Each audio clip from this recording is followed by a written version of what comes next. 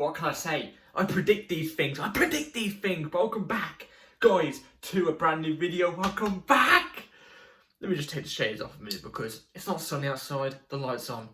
I predict these things, and you might be thinking and looking at me like, what do you mean you predict these things? If you didn't see my video, my last video, my match preview for this game, Chelsea versus Newcastle, I predicted 1-1, Chelsea to win on penalties, and what happens? What happens? It happens. Why wouldn't it happen? I predict these things. Let's get straight into the review because we've got a lot to talk about. I'm gassed, but at the same time, I'm not happy. Oh, let's get into it. But before we do, I'm going to put shades down. Please like, subscribe, hit the bell notification so notified every time I upload a video. Also, first link in the description is my streaming channel. So go and check my streaming channel out. Streams will be coming around the 28th, 29th of December. So go and check that out. Go follow it. And all that jazz, you know what I'm saying? All that jazz. So let's get straight into this because we have just beaten Newcastle. Well, we drew with them, but we beat them on penalties. You know what I'm trying to say? We just beat Newcastle to go through to the Carabao Cup semi-final. Get in there. Now get in there. And real quick, I put up on my Twitter, I always promote my post whenever I post on YouTube. I had this one random guy, you know, say apparently I'm not a real fan because I want us to win the Carabao Cup. Make it make sense. I don't understand, but hey ho. Let's get straight into it because I'm ecstatic. I'm ecstatic because I went through a load of emotions throughout that game. Highs, lows, we're on 10%, so that's kind of a low. I went through highs and lows in that whole entire game.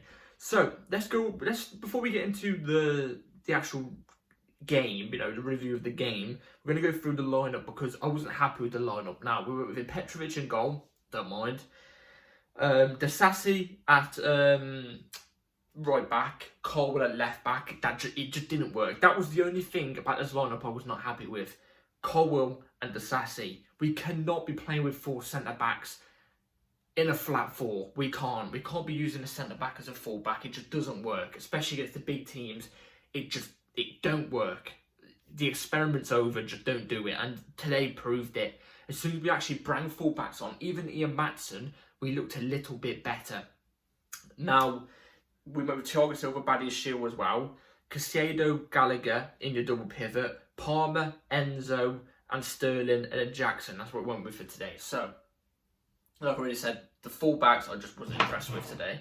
And today, I'm happy because we're through to the semi-final. I'm happy that we're through to the semi-final. You know, I don't know who we've got next to the semi-final. I'll check in a second, actually, because I've got my laptop right here, obviously. But whoever we've got, we can start thinking that we can go on to win this competition now. We can start having the confidence to go in to win this competition now. We can.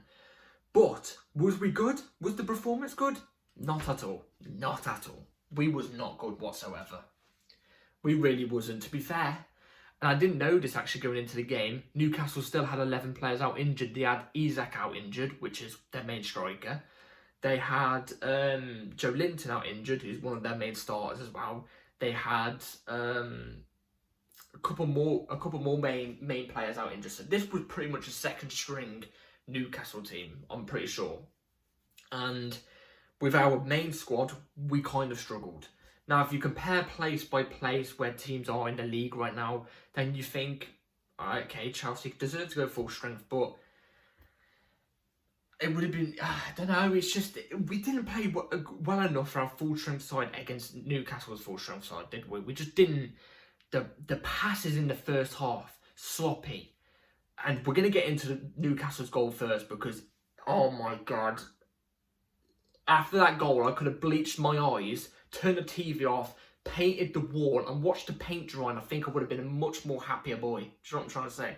I would have been way more happier, had way more fun than watching that. But the passes were sloppy. We were taking too long to pass the ball as well. Every time somebody would make a good run, we'd take too long, we wouldn't make that pass, and then 5 seconds later, we would make the pass, and it's just too late. Do you know what I'm trying to say? So, you know, the options off the board. And, you know, we were getting out physical the whole game. And it just didn't look like we was up for it. Now, let's go through Newcastle's first goal. Bad pass by Levi Colwell. I think this was from a corner. This came from a corner from us.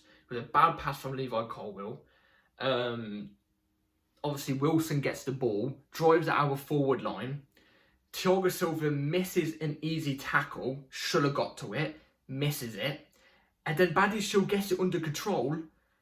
I think he tries to turn, and he completely runs away without the ball. Without the ball, leaving Petrovic literally standing in quicksand, which is not his fault, by the way, not Petrovic's fault at all. Because you expect your defenders to, in 3 occasions there, not make 3 massive mistakes like that. And they score from it. And at that moment, like I already said, I felt like this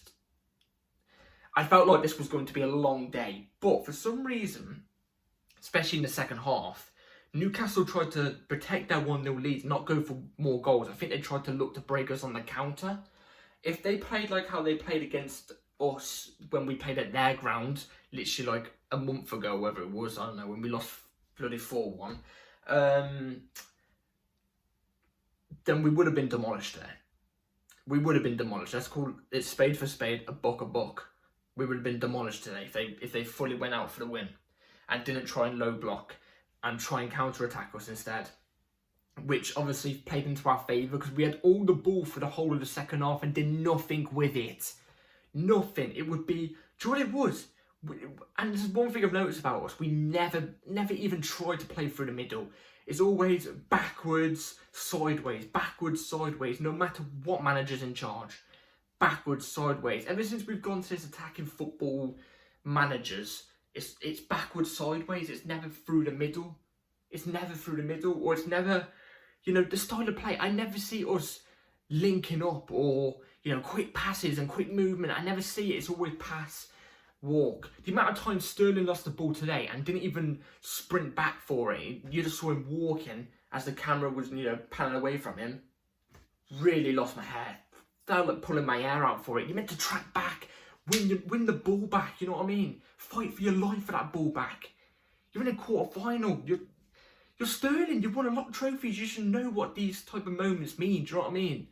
And yeah, we had all the ball. We did nothing with it up until the 92nd minute. It was only 4 minutes added on, so pretty much last minute. We never scored last minute goals, so I went berserk. I'm not even gonna lie. Mudryk, yes. Now he came on pretty late. Mudryk did. He came on with Ian Matson. So we didn't really have much of the ball. So when we do player ratings in a minute, I can't rate him. But well, I can rate him because he's got a goal now. But he didn't really got on the ball much. He made a couple, 2 passes. That's it. But one thing I liked about this goal by Mudryk was the ball came over. It was a good cross. Nobody was in the box. So that's one thing that frustrated me. Nobody was in the box. We had 2 strikers on that pitch. And Nkunku played today, by the way. And he looked okay. You could tell he's still getting... he's got to get used to the Premier League and he's got to get used to his injury that he's recently had, obviously, because he's only just come back from a massive injury. So there's a lot of factors. So Nkunku's got to take time to get used to things. I get that. But we still had 2 strikers on the pitch. None of them were in the box for that pass. Cross came out. Kieran Trippier didn't even realise Mudryk banks on it. He doesn't give up on the ball like I've seen some of our players do, who just see the player have the ball and they just jockey or they stand still, wait for him to boot the ball out and then they turn and get rid. No, he sprints that ball down, gets the ball and slots it in the right hand corner. And I was going berserk, running around, knee slides. I probably got some braces on my knee now. Do you know what I'm trying to say? And brilliant from Mudryk. I want to see him doing that week in, week out, because he's got the pace, he's got the speed, he's got the strength. And you can tell he has determination. It's just sometimes he doesn't show it in all of his games. I just want him to be a bit more consistent. Now, this is the game. You just scored pretty much what got us the win. Let's be real here. If it wasn't for Mudryk scoring in the 92nd minute, we would talk about a loss right now. In fact, 100% we would. So Mudryk is a big factor to why we won today's game. With only his 10-minute cameo. So fair play to Mudryk. Really happy for him. If it was any other player, they probably would have downed tools. There's only a couple of players on that pitch today, in my opinion, that didn't down tools. And that was, even though he didn't make a good tackle when we conceded, Thiago Silva looked brilliant. Gusto, when he came off the bench, looked brilliant. Now, like I said, Mudryk scored the good goal. Looked good when he scored the goal, but I didn't really see much of him, so I can't really, say he was brilliant. But Caicedo's passes, when I was going on about the passes at the start of this video, I was saying they were all sloppy, it would take too long. No, Caicedo's was straight there. He's putting some good through balls through and stuff like that. I thought Caicedo had a good game. But he should have been sent off. I can't even lie. He should have been sent off. But we win on penalties. Also, Mudryk scored a penalty, and Kunku scored the penalty. A couple more players scored the penalty. I can't remember. Gallagher was one of them, and Palmer was one of them. And yeah, but when it came to penalties, I was nervous because I thought Petrovic. Look, he came off the bench for one game, played one full Premier League game, and then this is a quarter-final of a cup competition at our ground against a good team like Newcastle. I thought to myself, for a penalty shootout, for how young he is as well, this isn't going to go right. I feel like we're going to lose. How wrong was I? For the first penalty Newcastle missed, he went the right way.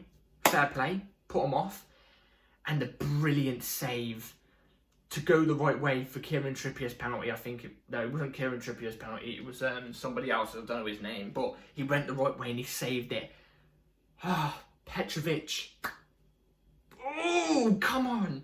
Brilliant from him. Like I said, he couldn't really have done much for the goal that we conceded, but he saved us on that penalty shootout. So fair play, Petrovic. It's a good start to his Chelsea career. He's had a clean sheet.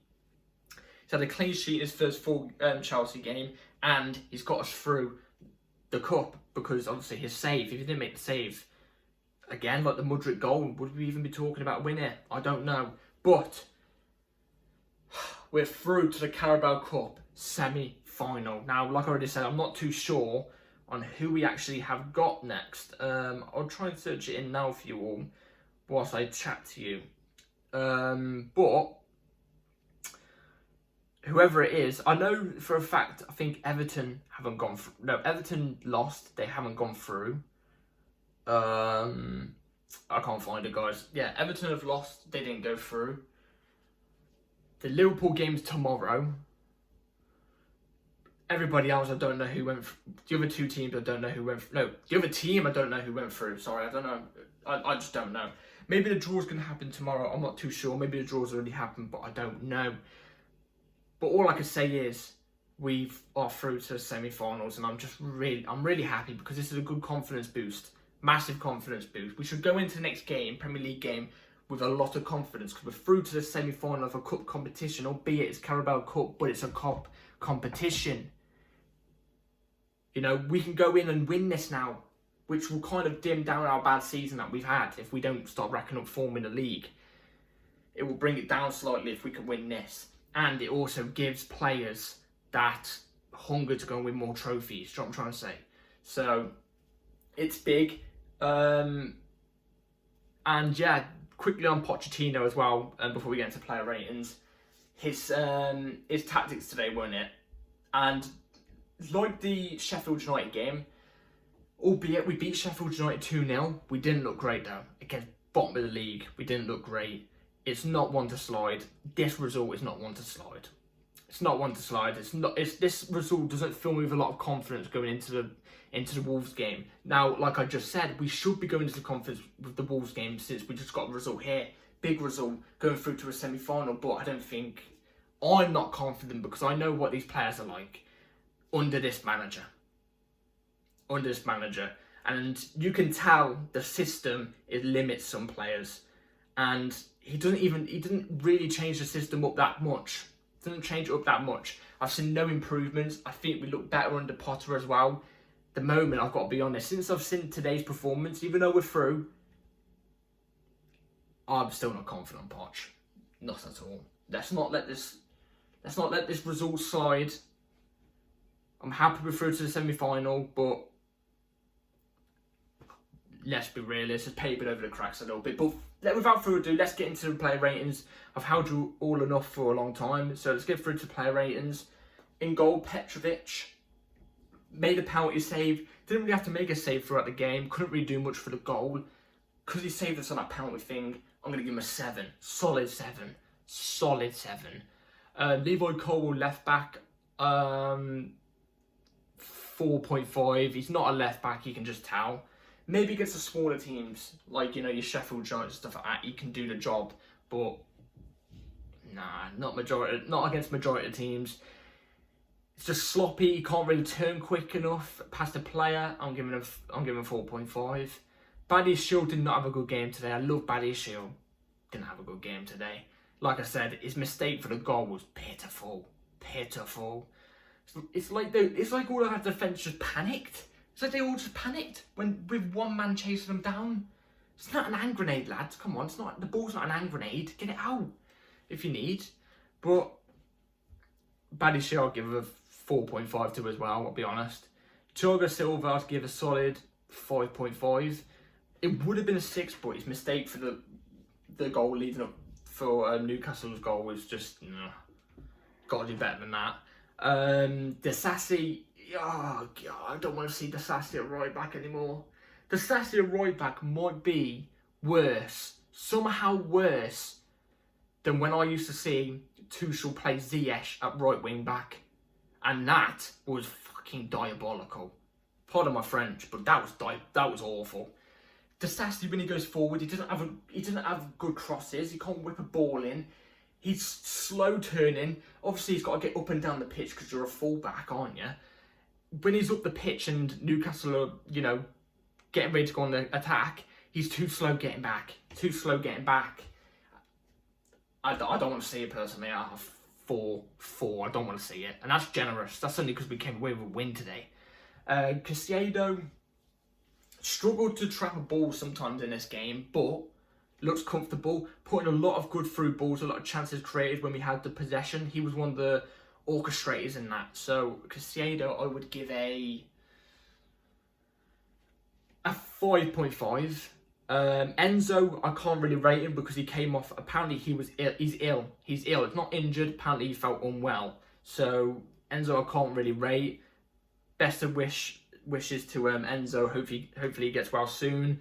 So who came on for Enzo? It was Broja came on for Enzo, but we're going to get to Broja in a minute.